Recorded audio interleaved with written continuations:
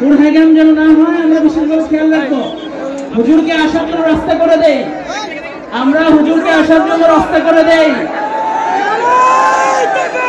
নারায়ে তাকবীর, বোলবাড়ির পক্ষ থেকে নারায়ে তাকবীর।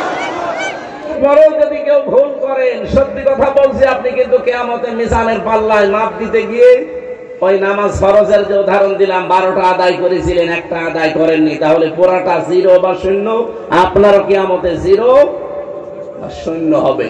তখন আফসোস করে লাভ হবে? নবীকে আল্লাহ এই মিজান দেখিয়েছিলেন যে আপনি এইটা পৃথিবীর ময়দানে মানুষকে বলবেন যে গুরুত্বপূর্ণ কাজগুলো আগে করো, আর আমরা ওইটাই আপনাকে বোঝাতে আসি যে নামাজ যেমন গুরুত্বপূর্ণ, দিন কায়েম করাও গুরুত্বপূর্ণ। এই দিন যদি বাংলাদেশে কায়েম হয়ে যায়, এই দেশে তখন চাঁদাবাজি করার লোক পাবেন না। দিন কায়েম নেই, এই জন্য বাংলাদেশে এখনো চাঁদাবাজ আছে না নেই?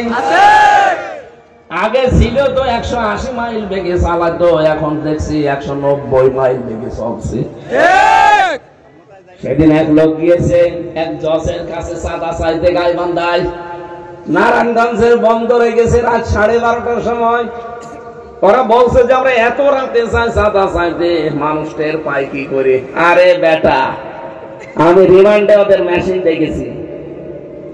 আমার যে 10 দিন ওরা রিমান্ডে নিয়ে বিভিন্ন জিনিস দেয়, উপকার হয়েছে, কষ্ট হয়েছে, উপকার হয়েছে। ওরা এমন এমন মেশিন ইসরায়েল থেকে নিয়ে এসে রেখেছিল। আপনি মনে করছেন আমি রাত 2টার সময় যাই চাঁদা চাইতে? মানুষ জানে কি করি। আপনি পায়খানায় বসে বসে কি করেন তা ওরা ওখানে বসে বসে দেখতে পাচ্ছে, জানেন? 18 কোটি মানুষ ওদের হাতের থালার ভেতরে, এদের থালার ভেতরে যা আছে দেখতে পাচ্ছেন না? এইরকম করে রেখেছে। আপনাদেরকে যারা এই উলট পালট কাজে নিজেদের জীবন অলরেডি আরম্ভ করে দিয়েছেন 5 তারিখের পরে, তাদেরকে হালকা সতর্ক করছে, আপনি কিন্তু টের পাচ্ছেন না। গোয়েন্দা বিভাগ যারা আছে দেশে কাজ করে, সর্বোচ্চ আমি মাঝে মাঝে যোগাযোগ রাখি, দেখি এরা বলছে হুজুর দেশটাতে শুধু আমরা এখন দেখতেছি কে কি করে। এতদিন তো যাই হোক হয়েছে, খেয়েছে, এখনো সামনে কাদের কাছে দিলে মানে খালি খাবো খাবো এই চিন্তায় আছে, এটা শুধু দেখতেছি। অলরেডি আমাদের প্রায় দেখা হয়ে গেছে যে কে কি করতে পারে সামনে। এমনি দলে দলে মানুষ ডাক্তার শফিকুর রহমানের পেছনে ছুটতেছে এমনি। আর আইতান নাসা ইয়াদখুলুনা ফি দীনিল্লাহি আফওয়াজা, হে নবী আপনি দেখতে পাবেন দলে দলে পালে পালে মানুষ ইসলামে প্রবেশ করছে। কোথায় 100 জনের মাত্র 15 জন, 5 মাসের ব্যবধানে হয়ে গেছে 100 জনের 58 জন। এমনি জালেমদের সহ এই মুনাফিকদের মাথা খারাপ হয়ে গেছে এমনি এই কারণে। কারণ তারা তো অন্তত বললাম না সাথে মাতাল হলো, তাহলে ঠিক আছে, দেখতে পাচ্ছে যে হচ্ছেটা কি। আপনারাও মাসলুম মানুষ, আপনাদেরকে আমি বাঁচার জন্য বলছি, সাবধান ভাই, আপনার চাইতে মাসলুম আমরা কম না। তো একটা মানুষের তো রেকর্ড দেখাতে পারেন না যে অমুক লোকটা চাঁদাবাজি করেছে, আপনার চাওয়া লাগবে কোন কারণে? বলে এতদিন আমাদের কাছে করেছে, আমরা এই জন্য করি, এদের কাছে করেনি। এই মানুষটাও তো ব্যবসা করতে পারেনি 15 বছর। এই কথা বলেন না কেন?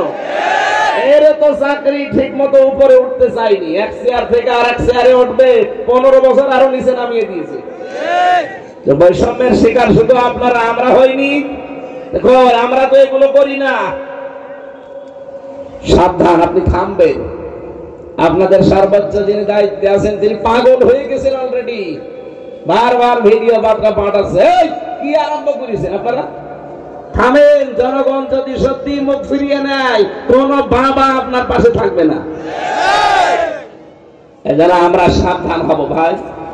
নবীজিকে আল্লাহ যে মিজান দেখিয়েছিলেন, আমরা কিন্তু মিজানের একটা হালকা টাচ পেলাম যে কিয়ামতের দিন আল্লাহ মাপ দেবে আমাদের কাজ, আর কাজ দাড়ি পাল্লায় তুলে দিয়ে মাপে না, 5 মাপতে হয় গুরুত্বের ভিত্তিতে। এজন্য জীবনে গুরুত্বপূর্ণ কাজ যেগুলো সেগুলো আগে করব। গুরুত্বপূর্ণ কাজ নামাজ পড়া না দাড়ি রাখা? অনেকে আছে বলে দাড়ি রাখি না, এই জন্য নামাজ পড়ি না। আরে ভাই, আগে নামাজ পড়েন, দাড়ি পরে রাখেন। আপনি এই ওসিলা দিয়ে তো দাড়ি রাখার ওসিলা দিয়ে নামাজ বাদ দিতে পারেন? আমি আজকের স্টেজের বললাম, এই যে খুঁটি আর সামিয়ানা আপনি খুলে ফেলেন। কোন পাগল বলে যে এটা স্টেজ আমি দেখবো? কিন্তু এই সামিয়ানাও নেই, খুঁটি নেই, আন্দাজে আপনি লাল কার্পেট বিছিয়ে রেখেছেন, মানুষ বলবে যে স্টেজ। গুরুত্বপূর্ণ কাজগুলো এখন থেকে সামনে নিয়ে আসবে। পৃথিবীর সবচাইতে গুরুত্বপূর্ণ কাজ হচ্ছে আনাকিমুদ্দিন, কারণ এইটা না থাকলে অনেক ফিতনা ফাসাদ দূর করা সম্ভব না। শুধু ফু দিয়ে আর ওয়াজ করি, কথা বলেন না কেন? এই যে জেনা ব্যভিচার এখনো কি বন্ধ হয়ে গেছে? আকাশ সংস্কৃতির নামে ভারত থেকে পিন আপ করা পত্রিকা আসে। শুধু পিন আপ করা পত্রিকা না, 36টা চ্যানেল। একজন আজানের জবাব দিয়ে দেন, একজন দিয়ে দেন, আদায় হয়ে যাবে। 36টা চ্যানেল চলতো। এখন যদি মাহমুদুর রহমানের যে আশঙ্কা আমার দেশ পত্রিকার, যে সামনে যদি দেশের টুপিওয়ালা যারা দাবি করে মুসলমান আর আলেম যারা, এরা যদি এক হতে না পারে, এটা কিন্তু অঙ্গরাজ্য অলরেডি সামনেও হয়ে যাওয়ার সম্ভাবনা আছে। কারণ দাদাদের গোবর খাওয়া আর প্রসাদ খাওয়া বুদ্ধি তো দেখেছেন না, কি টাচ দিয়েছে আমির জামাত ডক্টর শফিকুর রহমান হাফিজাহুল্লাহ। উনি চারমনায় পীর মুফতি সৈয়দ রেজাউল করিমের সাথে শুধু হাত মিলিয়েছে। আজকে সকালবেলা আবার আরেকজন দিয়েছে। অনেকে এতদিন ফতোয়া দিত চার দোকানে বসে বসে, কোন দিকে যাবো হুজুররা ঠিক নেই। এখন তো অন্তত ঠিক হয়েছে, এখন তার ওই কথা আপনি বলতে পারেন না। এই কথা বলেন না কেন? এখন আর ফতোয়াবাজি করার সময় আছে? সর্বনায় পীর উনিও দেখলাম শেষ পর্যন্ত কথা বলছে। অনেকে বলতো যারা হাত মিলায় না, আমরা কিন্তু অলরেডি হাত মিলিয়ে ফেলেছি। কিন্তু এক দলের মাথার উপরে ঠাটা পড়েছে। ঠাটা না, আরো কিছু পড়বে আপনাদের মাথার উপরে। আমরা চাই স্যারের কথা যে আমরা একটা পরিবার বানাতে চাই দেশকে। এই কথা বলেন না কেন? এই সম্প্রীতিটাই এই ডাইনি মহিলা ধ্বংস করে ফেলেছিল। দলীয়করণ নাম দিয়ে আওয়ামী লীগ করলে সব মাপ, আওয়ামী লীগের বাইরে গেলে আমার মতো মানুষকে রাজাকার বানিয়ে দেয়। কোথায় পৌঁছিয়েছে আমার চাচা? আওয়ামী লীগ করে, ঠিক আছে, সে চেয়ারম্যান ছিল। সে আমার আর আমার বাবার একদিন খাবার খাওয়াতে ডাক দিয়েছে। কোন শয়তান যেন হানিফ সাহেবের কাছে পান লাগিয়েছে যে আমির হামজাকে আর ওর বাপকে, আপনার যে ডান হাতে এলাকায় চেয়ারম্যান সফর, সে খাবার খাওয়িয়েছে, আপনি এখন কি করবেন করেন। তো ঠিক চাচারে ধমক দিয়ে যায়, হামজাকে ডাক দিয়ে খাওয়ালে মানে আমার ভাতিজা। ভাতিজা তাই কি? এই দলে থাকতে হলে কোনো ভাতিজা মানা যাবে। কোথায় পৌঁছিয়েছিলেন আপনি? আপনি কি শুধু একা থাকবেন এই দেশে? আল্লাহ এই জন্য আপনাকে একাই বের করে দিয়েছে। এমন জায়গায় গেলে সারা জীবন বলছিল যে আমাদের স্বামী স্ত্রীর সম্পর্ক। কিসের স্বামী স্ত্রী? যার সাথে গেছে ও দাদার তো এখনো মুসলমান দেওয়া হয়েছে, ওর সাথে আপনি আন্দাজে স্বামী স্ত্রীর সম্পর্ক মিলিয়ে দিলেই হবে। আর দাদার যে বয়স, এখন যদি মুসলমানি করানো লাগে, ওই হাজান পাবেন কোথায়? কারণ ও পাকা মোটা সওয়াল।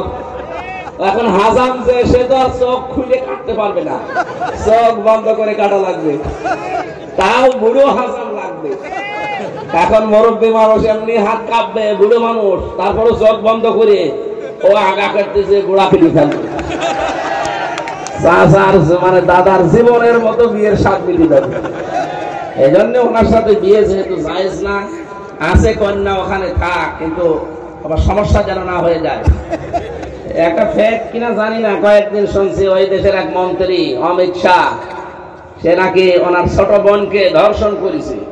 নিয়ে এখন তোলপাড় চলছে। এটা সঠিক কিনা আমি জানি না, তবে এরকম যদি কিছু হয়ে থাকে যে কোথায় কিছু যাচ্ছে, এই জন্য আমরা একটু আশঙ্কা করছি অন্তত কন্যা যেন সেফে থাকে।